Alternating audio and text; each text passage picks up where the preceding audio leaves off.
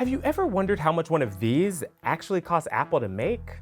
Unfortunately, the company doesn't release official profit margins for its devices. That's why I reached out to Counterpoint Research for a material cost breakdown. Some parts of the new phone are cheaper, but Apple kept the price we pay the same.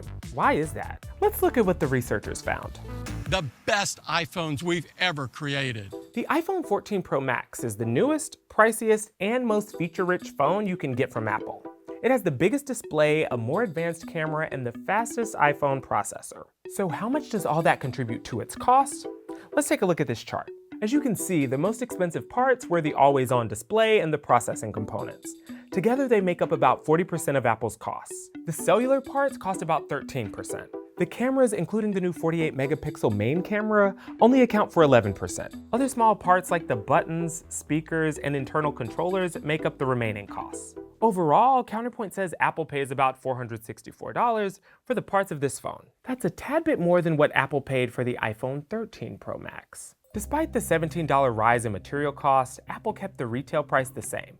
Generally, what it costs to make an iPhone trends upward over time. There are two big reasons for this. Number one is innovation. Premium phones keep getting better, and they have to get your attention.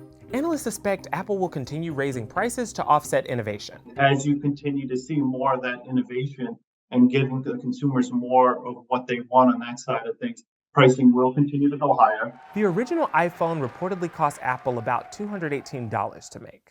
One of the biggest jumps came a couple years back, between the basic iPhone 11 and the basic iPhone 12. Adding 5G to the iPhone 12, switching from LCD to OLED screens, and other changes raised the cost 26%. The 5G components alone tacked on $34. But now 5G is the industry standard, and the reverse is starting to happen. The parts that enable cellular service are cheaper than the previous generation. Number two, inflation.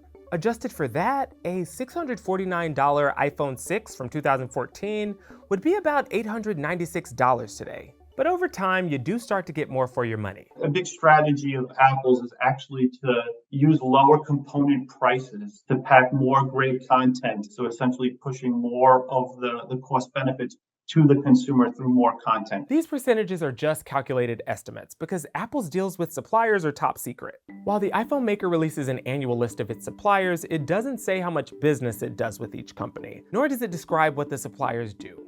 One way Apple is dealing with those rising costs is by designing more parts in-house. Analysts say adding more homegrown parts to devices should help bring costs down over time. If Apple wasn't getting a cost benefit internally designing their own chips, they probably wouldn't be doing it. Apple declined to comment on this report, but the company does control the vast majority of smartphone industry profits. And pushing premium pro-level devices helps it retain that lead. It's actually a bigger benefit for Apple than other hardware makers out there like PC vendors, as Apple's brand allows it to really sustain its elevated prices. This strategy is important to Apple's biggest smartphone competitor too. Samsung's high-end phones are also sold for more than twice the cost of materials. The report doesn't tell us how much Apple spends on other critical parts of its planning and distribution. We still don't know how much Apple spends on sales and marketing, shipping, or even retail. But the report does offer a decent glimpse at what you're actually paying for.